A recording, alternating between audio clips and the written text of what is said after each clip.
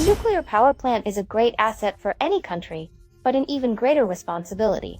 Take Lithuania, for example, a large-scale Soviet Union project that promised our neighbors a self-sufficient and prosperous life. In 1991, the Ignalina nuclear power plant produced 60% of the republic's electricity. 1993 was a record year for their nuclear energy. The plant produced 88.1% of all Lithuanian electricity. This figure was included in the Guinness record book. Plus, they were selling abroad, which meant additional income. How can such a project lead to an environmental disaster? Plan B, which in Lithuania is considered dubious. And what path did another neighbor, Poland, decide to take? So the events leading to Ignalina's closure are clear to everyone. That was the price for joining the European Union. In 2004, Lithuania shut down the first reactor as instructed. In 2009, the second one. The country was left without cheap electricity and with a pile of spent fuel. They are still figuring out what to do with it. In 2019, it became known that Lithuania plans to build a radioactive waste repository. And attention, 4 kilometers from the Belarusian border, it is said to be designed for 50 years of storage. What next? Still no answer. And in mid-September, it became known the surface repository for very low-level radioactive waste at the Ignalina site began to be filled for the 3rd time since its operation in 2022. But is it really? Or is it just on paper, they wonder in the Baltics?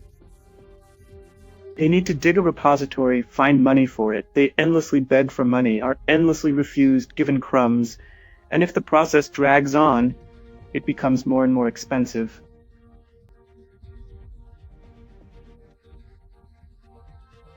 We see this with their unfortunate Baltica, which they can't build.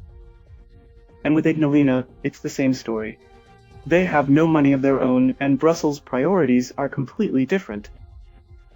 They are preparing for a big war with us, unfortunately, but certainly not for the Lithuanian repository. What is left for the Lithuanians? To announce new projects for this repository to overturn the budget. A special place was chosen to provoke Minsk. And here, by the way, colleagues note, if they were friends with Belarus, Russia, maybe they wouldn't have to dig repositories at home. Rosatom has vast experience in radioactive waste disposal. Yes, for money, but how much is being spent now? The EU promised so much, and now they wash their hands of it. They were supposed to cover 80% of Ignalina's decommissioning costs, but the percentages are dwindling. The clans, as I said, decide who will profit. They are making a lot from the closure. Since budget money goes there, EU money goes there, allocated from various funds. They are happily closing it, and if they could, they would close it for another 100 years. Moreover, the plant contains a huge amount of radioactive graphite. The Lithuanians have reactor cores made of it. They lack the technology to dispose of it. Ignalina remains a source of increased danger, especially under the current government. Baltic political analysts do not rule out the simulation of terrorist attacks to blame someone. Understood. Lithuania prefers to remain silent about its problems. On October 5, 2010, there was a spill of 300 tons of radioactive sludge. The publication Lithuanian Courier conducted its own investigation. Journalists claim that people had to manually collect the leaking radioactive suspension. Quote, they were forced to take risks to avoid losing their jobs. What about radiation exposure? A rhetorical question. In 2016, a fire almost broke out at the high-risk facility. There was a short circuit at the plant in 2007. It disabled one of the generators. In 2005, another short circuit. The entire block had to be shut down. And all this, Lithuanian journalists and activists published bit by bit in the media. Why does the government behave this way? Let's explore the depth of Lithuanian phobias. All the rhetoric, tales, myths, and stories about the threats of the Belarusian nuclear power plant, which Lithuanians called the new Chernobyl, is all political nonsense.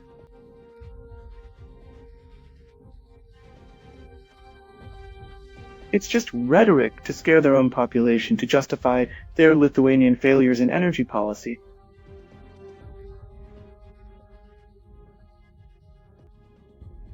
because the level of protection at the Belarusian NPP is maximum.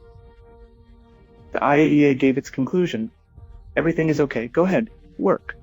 We see no problems. Belarus is open to any observers on this issue. Lithuanians were invited, please come, see how processes are organized, the level of safety. There was a time when Lithuania wanted to build a new plant next to Ignalina. They promised to construct it using advanced Western technologies. But then Latvia raised concerns. For nuclear power, but only in the right hands and with great responsibility, is the future. Today, of course, everyone understands this, although it's convenient to say we are against it. The same Lithuania in the end is just a disaster. They didn't find money for construction. The highest representative and legislative body in Estonia decided in June to support the introduction of nuclear energy.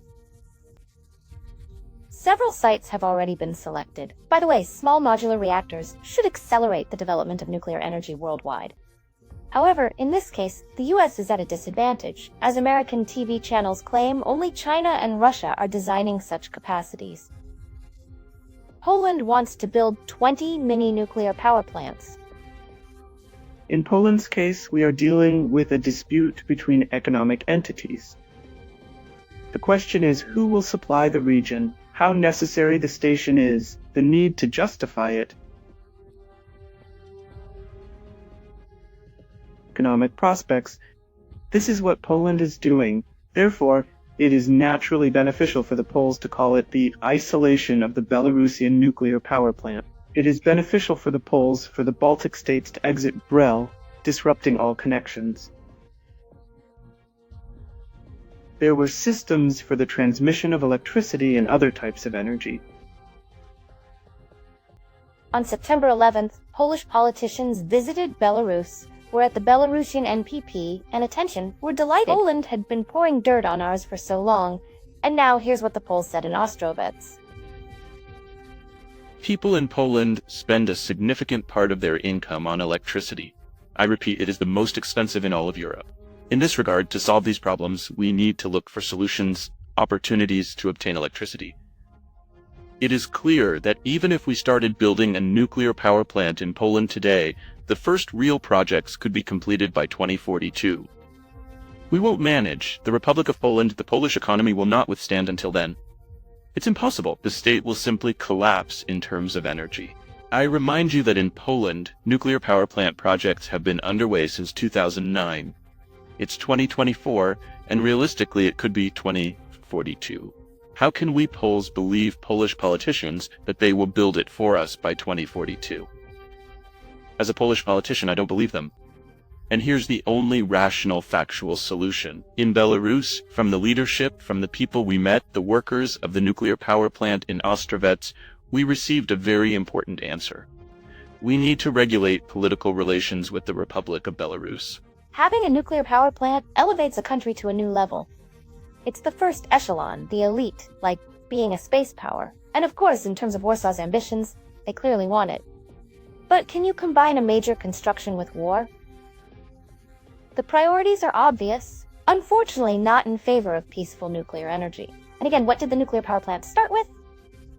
It's a great asset for any country, but an even greater responsibility.